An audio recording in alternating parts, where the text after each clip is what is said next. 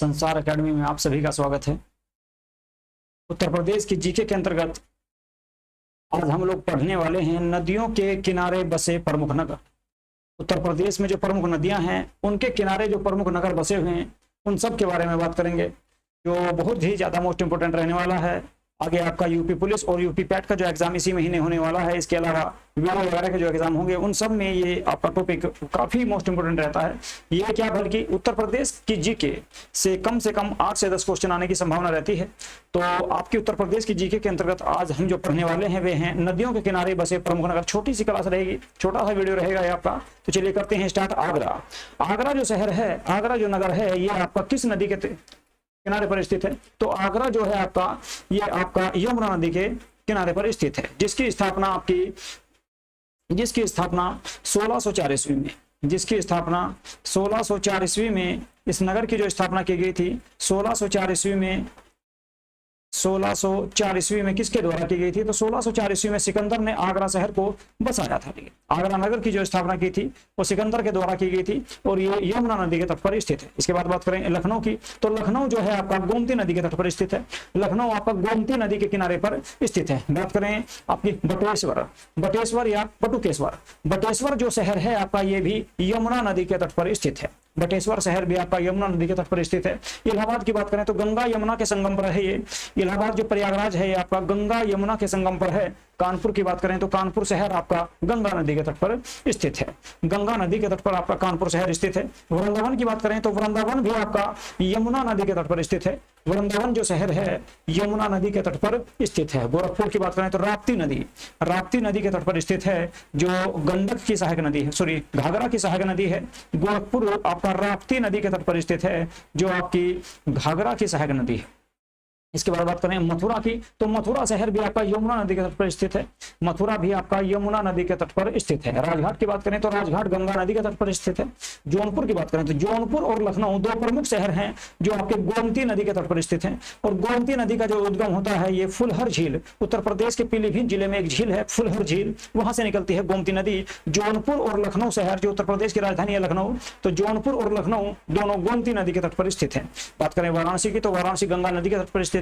वाराणसी गंगा नदी के तट पर स्थित है। हमीरपुर की बात करें तो हमीरपुर भी आपका यमुना नदी के तट पर स्थित है। हमीरपुर यमुना नदी के तट पर स्थित है। इसके बाद कौशाम्बी की बात करें जो प्रयागराज के पास पड़ता है, ये भी आपका यमुना नदी के तट पर स्थित है।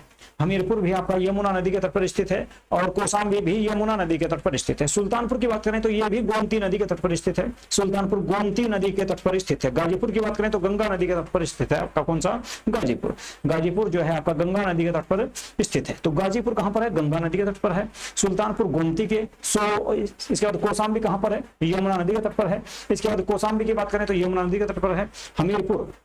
हमीरपुर भी आपका यमुना के तट पर है। वाराणसी गंगा के तट पर है। जौनपुर की बात करें तो गोमती के तट पर है, ठीक है। राजघाट गंगा के तट पर है। मथुरा आगरा के और गोरखपुर आपका राप्ती नदी के तट पर स्थित है। इसके बाद बात करें वृंदावन की, तो वृंदावन यमुना नदी के तट पर स्थित है।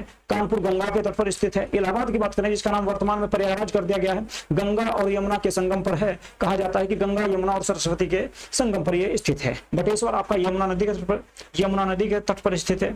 लखनऊ की बात करें तो गोमती नदी के तट पर स्थित है और आगरा आपका यमुना नदी के तट पर स्थित है। ये कुछ प्रमुख नगर थे जो नदियों के किनारे स्थित है। इसके बाद कुछ और भी बात कर लेते हैं इसी वीडियो में, क्योंकि थोड़ा सा बड़ा हो जाएगा, ठीक है, काफी छोटा वीडियो रह गया। तो उत्तर प्रदेश के जो पहले मुख्यमंत्री थे, उन सब के बारे में आप जानते होंगे। इनका नाम था आपका गोविंद वल्लभ पंत, श्री गोविंद वल्लभ पंत उत्तर प्रदेश के पहले मुख्यमंत्री थे। उत्तर प्रदेश की पहली राज्यपाल की बात करें तो श्रीमती सरोजिनी नायडू। उत्तर प्रदेश की पहली राज्यपाल कौन थी? श्रीमती सरोजिनी नायडू।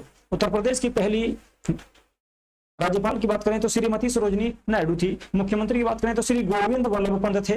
बात करें उत्तर प्रदेश के पहले विधानसभा अध्यक्ष, जो थे राजश्री पुरुषोत्तम दास टंडन उत्तर प्रदेश के पहले विधानसभा के प्रमुख थे या प्रमुख जो है अध्यक्ष थे, स्पीकर थे, ठीक है। बात करें उत्तर प्रदेश विधान परिषद में प्रथम सभापति, उत्तर प्रदेश विधान परिषद में पहले सभापति थे कौन? चंद्रभान। तो वे कौन थे? चंद्रभान थे। उत्तर प्रदेश की पहली महिला मुख्यमंत्री की बात करें तो श्रीमती सुचेता सुचेता कृपलानी। श्रीमती सुचेता कृपलानी उत्तर प्रदेश की पहली महिला मुख्यमंत्री थी। उत्तर प्रदेश में एकमात्र आणविक परियोजना है नौरा बुलंदशहर में गंगा नदी के तट पर नौरा में स्थित है। उत्तर प्रदेश का सबसे बड़ा औद्योगिक नगर, उत्तर प्रदेश का सबसे बड़ा औद्योगिक नगर की बात करें तो कानपुर है। कानपुर उत्तर प्रदेश का सबसे बड़ा औद्योगिक नगर है। इसके बाद उत्तर प्रदेश का सबसे बड़ा दरवाजा की बात करें तो बुलंद दरवाजा है जो फतेहपुर सीकरी में स्थित है। उत्तर प्रदेश का सबसे बड़ा दरवाजे की बात करें तो बुलंद दरवाजा है जो फतेहपुर सीकरी में स्थित है। महात्मा बुद्ध ने अपना जो पहला उपदेश दिया था वो भी उत्तर प्रदेश के सारनाथ में दिया था, जो वाराणसी से केवल 10 किलोमीटर की दूरी पर है। वाराणसी से केवल 10 किलोमीटर की दूरी पर है सारनाथ। यहीं पर गौतम बुद्ध के द्वारा अपना पहला उपदेश दिया गया था। और बात करें स्वतंत्रता संग्राम, जो पहला स्वतंत्रता संग्राम जो प्रथम 1857 की जो शुरुआत हुई थी वो भी आपकी मेरठ से ही प्रारंभ हुई थी। स्वतंत्रता का प्रथम संग्राम 1857 ईस्वी में जो हुआ वो भी मेरठ से ही स्टार्ट हुआ था और कदम सिंह ने इसका नेतृत्व किया था मेरठ के सैनिकों का। ठीक है, इसके बाद काशी विद्यापीठ में पठन पाठन 1921 में महात्मा गांधी के द्वारा आरंभ किया गया था। काशी विद्यापीठ में पठन पाठन 1921 में महात्मा गांधी के द्वारा आरंभ किया गया। अयोध्या का जो सबसे प्राचीन नाम था तो उसका नाम था याजसा। अयोध्या का सबसे प्राचीन नाम था। बात करें कन्नौज की तो कन्नौज का प्राचीन नाम था कान्यकुंज। तो कन्नौज का जो सबसे प्राचीन नाम था वो था कान्यकुंज कन्नौज का प्राचीन नाम था। ठीक है, तो ये कुछ आपके प्रसिद्ध नाम थे, कुछ व्यक्ति थे। मेन था इसमें आपका नदियां और उनके किनारे बसे हुए प्रमुख नगर, नदियों के किनारे बसे हुए प्रमुख नगर थे। ठीक है, तो ये सभी आपके इसमें कंप्लीट हो गए हैं। ठीक है, तो चलिए यहीं पे करते हैं क्लास को समाप्त। ठीक है, नमस्कार।